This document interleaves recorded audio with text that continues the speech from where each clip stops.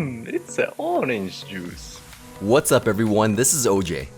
The Tornado is an epic spell found not in Spell Valley, but in Builder's Workshop.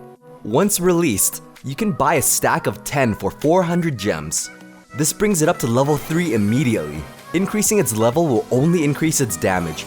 Like all cards in the game, the damage increases 10% per level.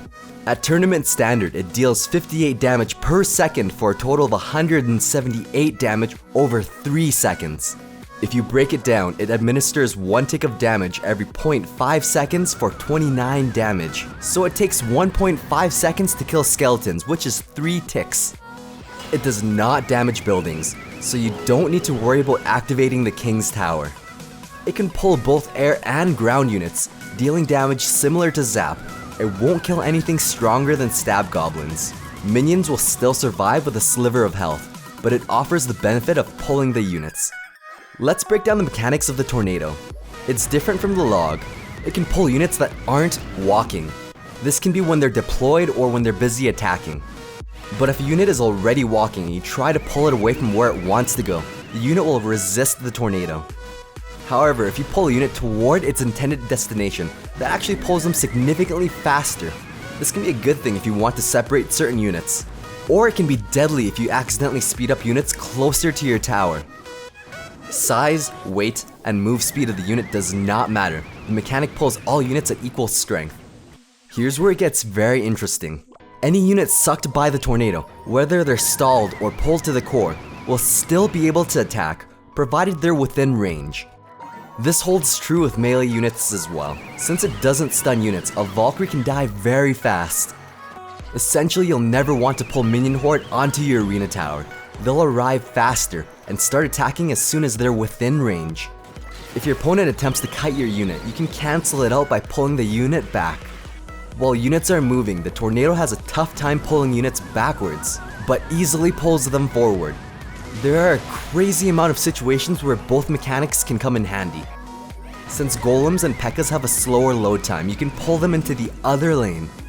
It's much harder to react to this with other units since it doesn't pull them very far once they start walking. It pairs nicely with ranged splashed units. It easily clumps everything up. Though not as effective as arrows, Ice Golem combined with a Tornado can take out a Minion Horde. On top of that, it pulled them away from the Hog Rider. You can potentially plant a building 4 tiles from the river and 5 tiles from the arena tower. Then use a Tornado to force a lane switch on a Giant or Golem. Just like Zap, it kills Skeleton Army and leaves Minion Horde with a sliver of health. You can separate ground and air units quite effectively since air units have a different pathing. Unlike the Log, the Tornado can't pull ground units over the river, but it does pull air units across. Oftentimes, minions will fly away, escaping the Golem's death damage, but a Tornado can keep them within range of its death damage. Now this isn't an ideal scenario for your Golem, just an example of Tornado's potential. The Giant Skeleton's bomb takes 3 seconds to explode, so it's easy to dodge, but with the Tornado you can keep them within range. Sucking a Musketeer away from your tower, it can deny her for a positive elixir trade. If the units are moving and you Tornado them, they'll resist the pull and they won't move within range of the second tower. There's less resistance when they're busy engaging in attack. You can use small units to pull them and possibly even lane change that unit. Royal Giant is extremely difficult to counter once you've lost the tower, but you can divert the majority of its damage using a Tornado to persuade it into the other lane. This spell seriously limits the placement of miners. All of these tiles can force the miner to activate the King's Tower.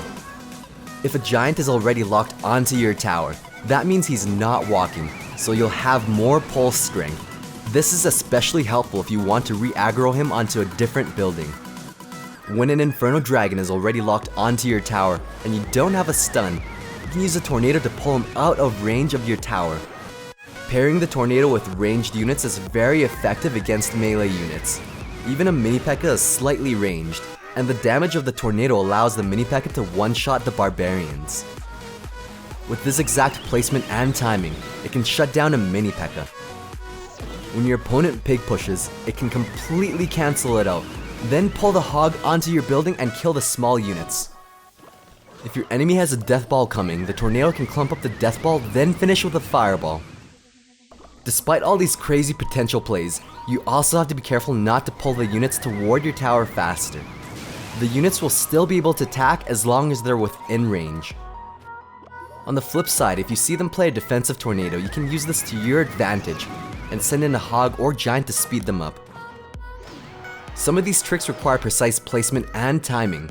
It's easy to use but difficult to master. It may not see immediate potential like the log. Thanks for watching. Stay tuned for more quality OJ.